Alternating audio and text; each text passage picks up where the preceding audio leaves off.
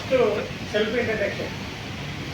నేను నాది తుంకుట గ్రామం, చిబ్రాన mandal, village coordinator.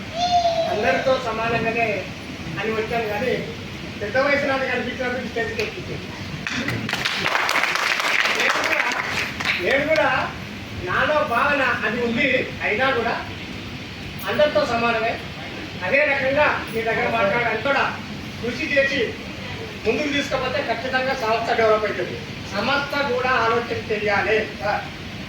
Good morning sir. సంస్థ కూడా ఆలోచన చేయాలి. ఈ సంస్థ నుండి సంస్థకు మేము బెనిఫిట్ చేస్తే సంస్థ లాభపడినందుకు మాకు కూడా బెనిఫిట్ చేయటం వల్లనే సంస్థ స్టాండర్డ్గా ఉంటుంది.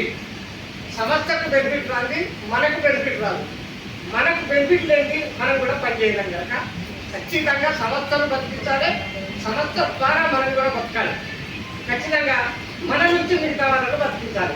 దీన్ని దృష్టిలో పెట్టుకొని సంస్థ ఖచ్చితంగా ఆన్సర్ ఇచ్చి మన వాళ్ళు అడిగిన ప్రతి క్వశ్చన్కి కూడా ఆన్సర్ ఇచ్చి దానికి ఆ జవాబు ద్వారానే మిగతా వాళ్ళు పనిచేస్తారు కనుక ఖచ్చితంగా ఆన్సర్స్ పర్ఫెక్ట్ ఇవ్వాలి. ఇంకో విషయం, నాకు తెలిసిన విషయం ఏంటంటే ఒక అకౌంట్ గురించి చెప్తాను. ఇప్పుడు మనం జనాల్లోకి పోయి వాళ్ళను మీ జీరాక్స్లు ఇవ్వండి, ఆధార్ కార్డు ఇవ్వండి, అకౌంట్ బుక్ ఇవ్వండి, తర్వాత పాన్ కార్డు ఇవ్వండి అని అడుగుతూ ఉన్నాం. వాళ్లకు గతంలో చేసిన కంపెనీల ద్వారా జరిగిన నష్టాన్ని బట్టి దీనివల్ల మా అకౌంట్లో డబ్బులు అవుతాయి, మరి మీరు బాధ్యులా అని క్వశ్చన్ చేస్తున్నారు అన్నది అందరూ అంటున్నదే, నేను కూడా అంటున్నా.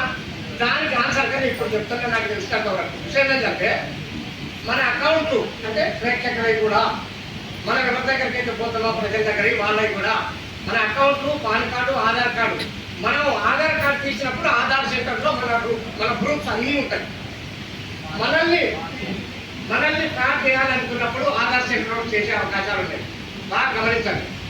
మనం 100 రోజుల పనికి కానీ, బ్యాంకులో జీరాక్సుల పనికి కానీ, అకౌంట్ లాకైనప్పుడు కానీ జీరాక్సులు తీస్తూనే ఉంటాం. ఆ జీరాక్స్ సెంటర్లో కూడా మన ఆధారాలు ఉంటాయి. ప్రతి దగ్గర మన ఆధారాలు మొత్తానికి టోటల్ ఎక్కడైతే ఈ ఆన్లైన్ వర్క్ నడుస్తుందో అక్కడ మన అందరి ఆధారాలు అక్కడే ఉంటాయి.